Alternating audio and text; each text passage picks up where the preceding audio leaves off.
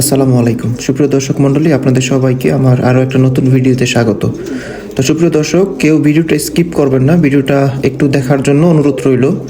তো আপনারা সবাই জানেন, কিছুদিন আগে আমি এই বাঘা পেয়ারটাকে পেয়ার দিয়ে দিই।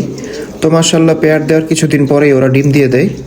তো ওদের ডিম থেকে একটা অদ্ভুত ধরনের বাচ্চা বের হয়। তো ভিডিওতে যে বাচ্চাটা দেখতে পাচ্ছেন আপনারা, এটা অবশ্য মৃত একটা বাচ্চা।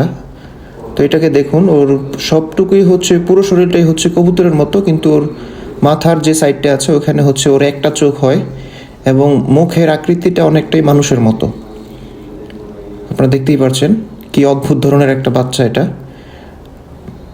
ওর কপালে শুধু একটা চোখ হয়, বড় একটা চোখ হয়, আর পুরো মুখমণ্ডলটাই হচ্ছে অনেকটা মানুষের মতো। কি অদ্ভুত এক ধরনের বাচ্চা, আপনারা দেখুন সবাই।